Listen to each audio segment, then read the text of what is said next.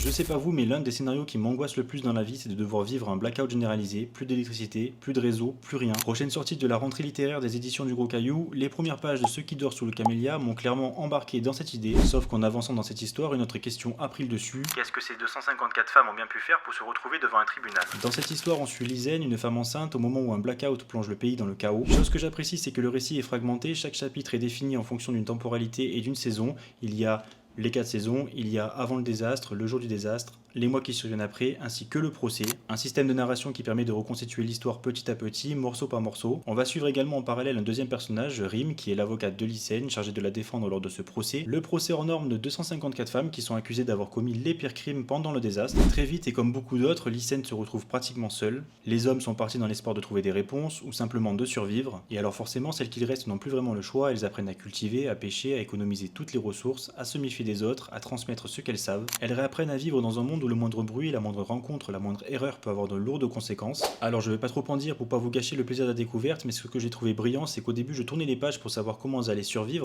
Au final, cette question-là elle passe au second plan après parce que les allers-retours entre les différentes temporalités va donner une vraie vision du procès, une autre dimension au procès. Au début, clairement, on comprend rien, on n'a pas la vision, c'est très nébuleux, mais chaque retour dans le passé apporte une pièce au puzzle. Je trouve que le récit il est fabuleusement bien construit. Ce qui m'a le plus marqué au final, ce n'est pas tant le blackout, c'est plus cette communauté de femmes qui commence à se former au fil des pages. Elles s'entraident, se transmettent leurs connaissances, prennent soin les unes des autres et doivent prendre des décisions qu'elles n'auraient jamais imaginé devoir prendre un jour. Encore une fois, je vais le dire, on reconnaît là la signature des éditions du Gros Caillou. Dans cette histoire, il y a des thèmes abordés qui sont très pertinents, des thèmes qui en tant qu'homme ne feront jamais partie de ma vie, et pourtant je me suis surpris à les regarder avec davantage de sensibilité. Je pense honnêtement que c'est l'une des plus belles choses qu'un roman puisse offrir, c'est une lecture que j'ai adorée, c'est clairement un coup de cœur cette année. Mention spéciale au remerciement de l'autrice dans ce livre que j'ai adoré, notamment la dernière phrase que je n'ai pas comprise au début. Une phrase qui après recherche prend une toute autre dimension et qui résonne fortement avec l'histoire. Du coup voilà, merci à elle pour cette fabuleuse histoire qui a parlé autant à mon cœur qu'à mon cerveau. Et merci encore énormément aux éditions du Gros Caillou pour l'envoi de ce livre, merci pour cette fabuleuse découverte. C'est en parution le 27 août, restez branchés, guettez la sortie. Comme toujours, si le format t'a plu, tu peux t'abonner pour ne rien louper, il y aura d'autres vidéos de ce genre. Et je te dis merci pour le temps accordé,